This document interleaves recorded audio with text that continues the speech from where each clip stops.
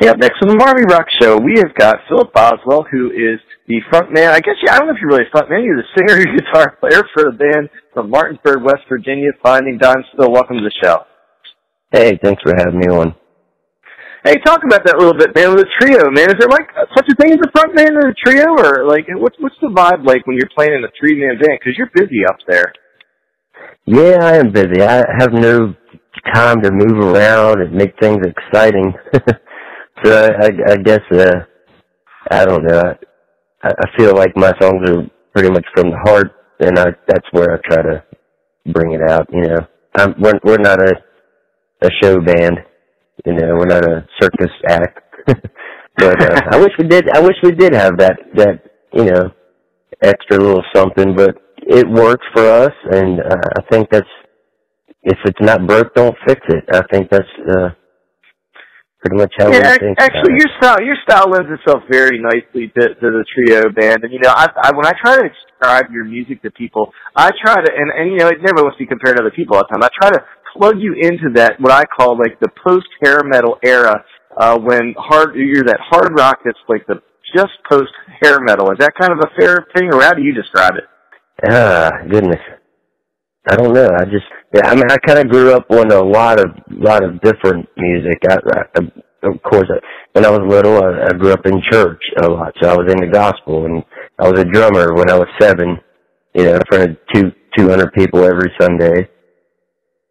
So going from gospel, and in my teen years, I went through a redneck phase, and I was into country, but then I really got into the grunge. But at the same time, I had older brothers who were into all the hair bands. So I get it all the way around. So I just kind of put my experiences into what we do, and as a three-piece, it works. So I wouldn't call it post-grunge, or I wouldn't label it anything, really. Yeah, with that background you just described, it kind of, you know, now that I know that background, it kind of makes sense, and I appreciate you sharing it, because it lets me know where some of the influences you had came on the songs. So let's talk about the 2 new songs that just came out. Man, I had the pleasure of seeing you guys play a couple times now, and meeting you and chit-chatting and having fun at shows. So let's start off with the tune, Not the Way, man. Tell us a little bit about that tune, the inspiration behind it, and what the song's like. I don't know. All the stuff I write comes from, you know, pretty much me and my experiences and things I'm going through, and it's real. And that's one thing about our music. We might not have the, you know, we don't have what other bands have. We don't have a lot of pizzazz, you know. So, like I said, the lyrics for me is what I have to offer, and Not the Way, I think, is just one of those songs about how you're stuck in a situation. You know, it could be anything. It doesn't have to be a relationship. It can be anything. And it's, you know, this isn't the way it's supposed to be. And, at one point in time, you're just going to say, you know what? Peace, I'm out. Now, I'm going to ask you about the other tune in a minute. And, but first, to me, having seen your band a couple times, is there just a slight change in the style a little bit for your band? These 2 songs seem like your vocals are a little more melodic in them to me than on the other tunes I've heard. I guess. I mean, we don't want to keep doing the same thing over and over. Of course, I always like to change it up, and with Alan, he's when he brings his little bass doodles in, you know, he has a lot to offer as far as the creative aspect. And of course, Dirk, he's Dirk Slowmaker on the drums. People, if you never met him, after you watch us play, you leave knowing who the hell Dirk Slowmaker is. But he's just a good drummer, and I don't know. We always want to try new things. And being three-piece, it's hard because you're limited to what your abilities are. You know, we don't have a laptop playing beside us, and, you know, not that that's a bad thing. You know, it works for some bands, but not for us.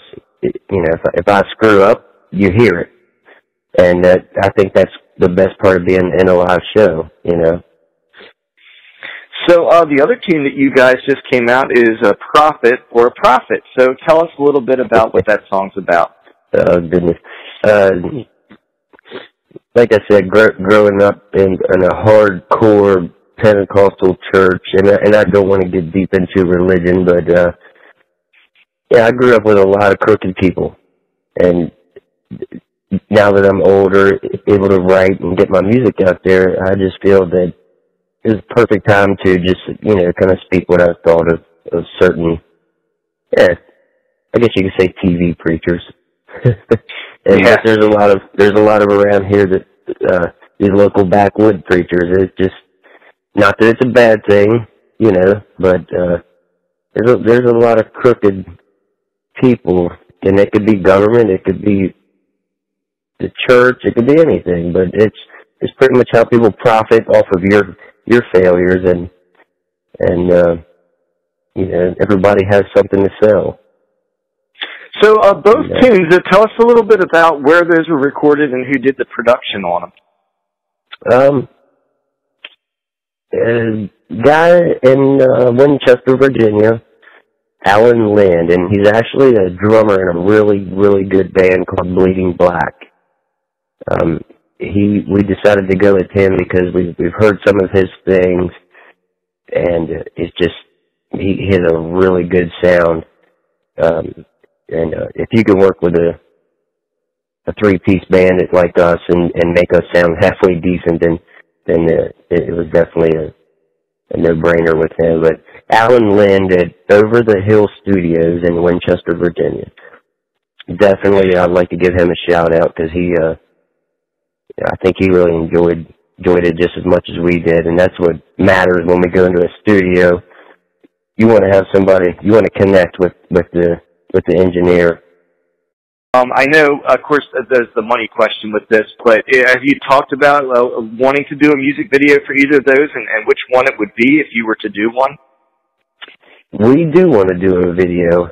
Well, actually, it's in the works, early stages. We haven't really figured it all out yet because it's still really, really cold out right now.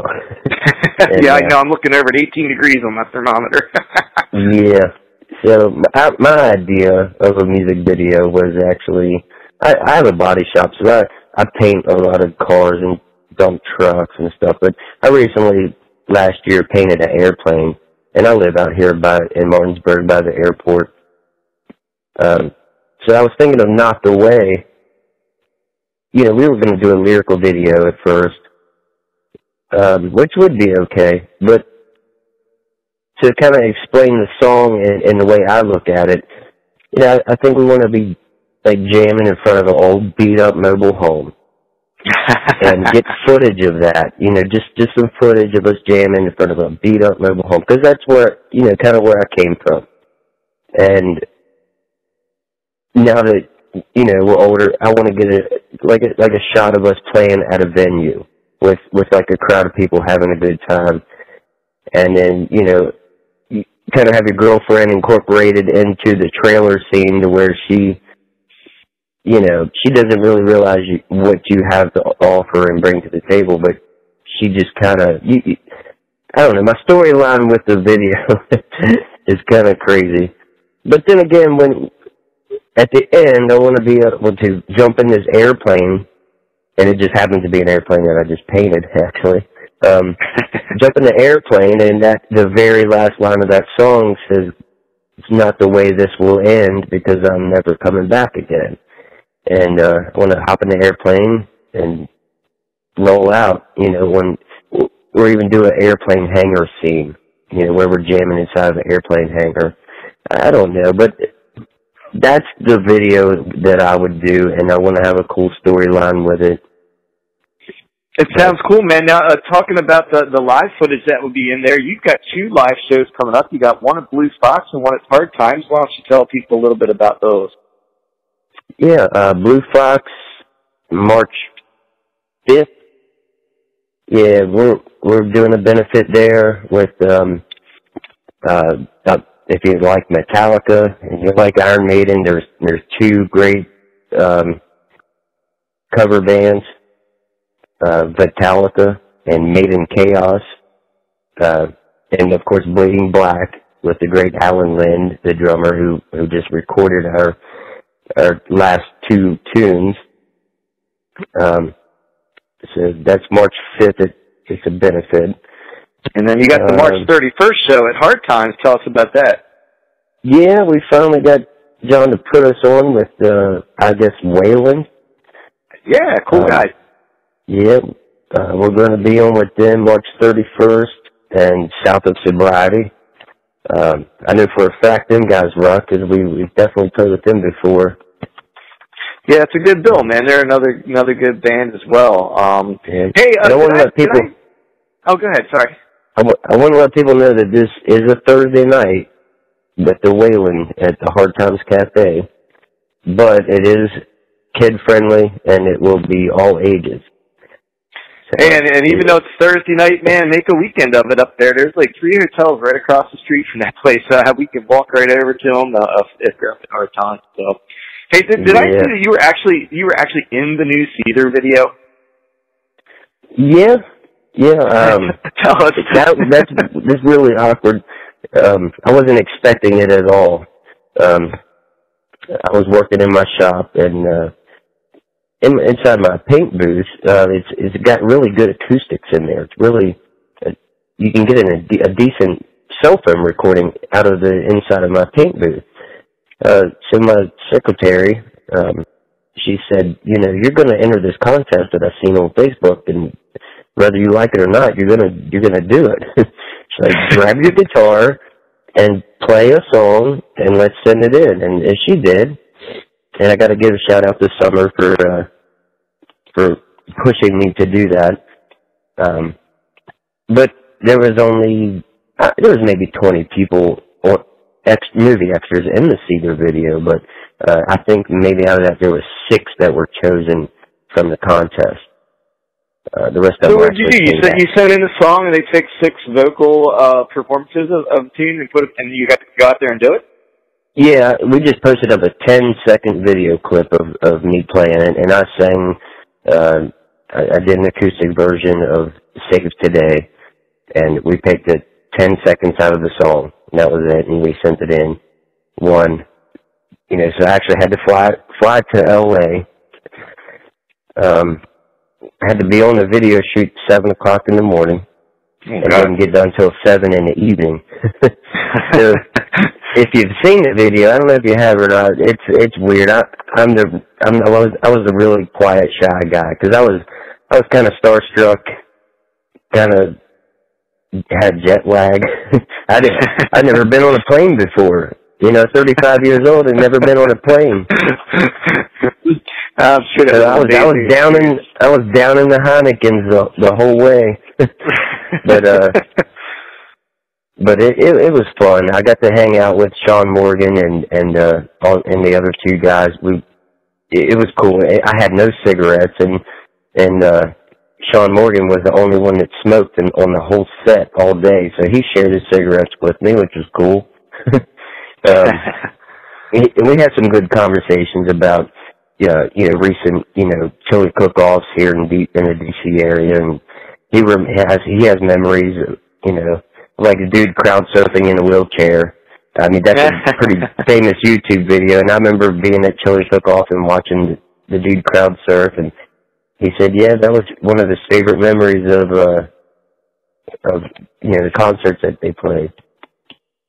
Well, go out there and look for that one, and you will see Philip Boswell in the new Cedar video. And I want to let everybody know that their 2 songs, they're out and available now. They are Not the Way, and they are Profit for Profit. And I want to thank Philip Boswell, the singer, guitarist for the band Finding Dimes, for being here with us again on the show. They're from Martinsburg, West Virginia. Philip, always a pleasure talking to you, man.